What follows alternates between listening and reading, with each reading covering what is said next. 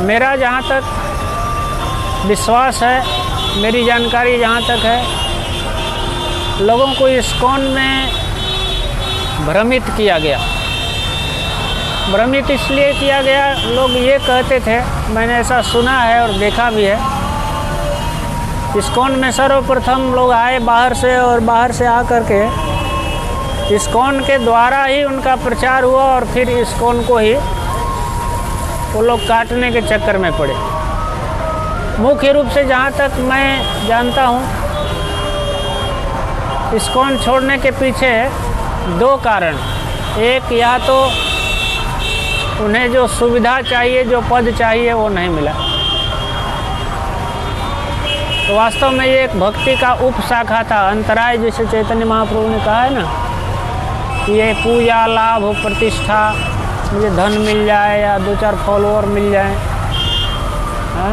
या विवाह हो जाए, या वीज़ा मिल जाए, या व्हीकल हो जाए, तो उनके स्वार्थ में यदि कोई क्षति हुई तो कुछ लोग तो इसके कारण इस्कॉन छोड़कर चले गए।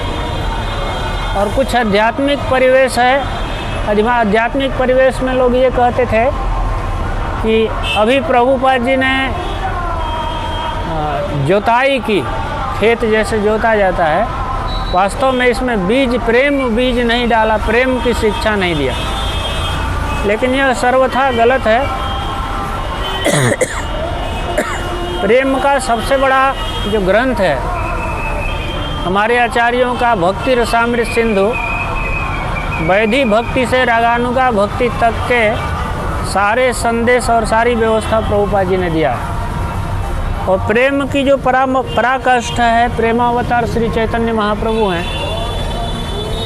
चैतन्य चरितामृत लिख करके प्रेम की परम स्थिति, राधा रानी के परम स्थिति को दर्शाया श्रील प्रभुपाद जी ने। तो इसका अर्थ ये है कि हम ग्रहण करने में असमर्थ है। सब कुछ इस्कॉन में, प्रेमा भक्ति से लेकर रागानुगा भक्ति, साधन भक्ति, वैधि भक्ति, सब है। लेकिन बताने वाले बाहर के लोग इतने भ्रमित किया लोगों ने, और यही कारण है कि हमारे देखते देखते बहुत लोग वो सोचे कि यहाँ से सुपीरियर चीज़ मिलेगा, हम बाहर जाएंगे बड़ा चीज़ मिल जाएगा। ये उनका भ्रम था, या आगे भी आने वाले जो भक्त ऐसा सोचेंगे। कोई भी ऐसा तत्व नहीं है, सिद्धांत नहीं है, कोई भी ऐसा बीज नहीं है, राग, वैधि भक्ति से लेकर राग तक, जो प्रभुपाद जी ने न दिया। सब कुछ दिया है, लेकिन अध्यात्मवादी जो अपने को बहुत एडवांस समझते हैं, समझदार समझते हैं, उन लोगों को भ्रमित किया गया। मैं नाम नहीं रखना चाहता हूँ, लेकिन बड़े बड़े लोगों को देखा मैं, पतित होते हुए, अलग होते हुए। तो पहला कारण तो वैष्णव अपराध। एक वैष्णव दूसरे वैष्णव का सम्मान करे, मानिना मान देना में रहे, तो उसका पतन कभी नहीं हो सकता है। प्रभु जी, मुझे याद है जब यहाँ से वृंदावन, दिल्ली से लोग मायापुर जाते थे, जो भी भक्त मिलते थे, जितने बार मिलते थे उतने बार झुक करके प्रणाम करते थे। आज तो आमने सामने टकराने पर हरे कृष्ण भी बोलना बड़ी मुश्किल हो जाता है।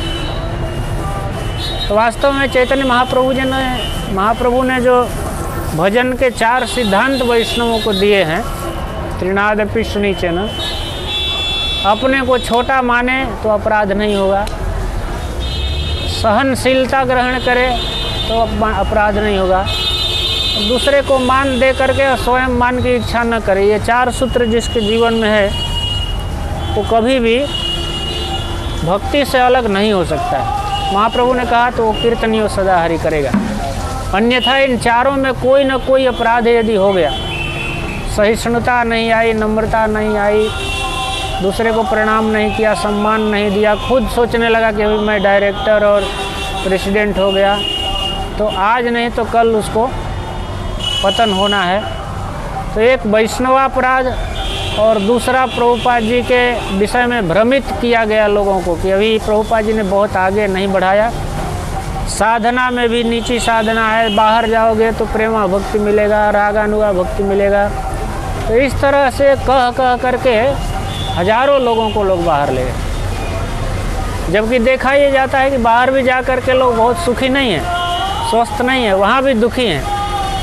कहने का तात्पर्य है कि प्रभुपाद जी ने सब चीज़ दिया है, खोजना चाहिए गुरुजनों की कृपा से, उनके जो शिष्य प्रतिनिधि हैं, और उनसे पूछना चाहिए, है सब कुछ, लेकिन उनको प्राप्त करने की कला प्रयास करे।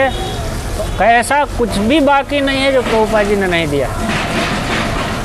तो वैष्णवापराध से बच करके और गुरु मुख पद्म वाक्य हो करके भगवान के विषय में स्नेह पैदा करे, तो इस्कॉन से, अंतर्राष्ट्रीय कृष्ण भावनामृत से बाहर जाने का कोई मतलब नहीं। हरे कृष्ण।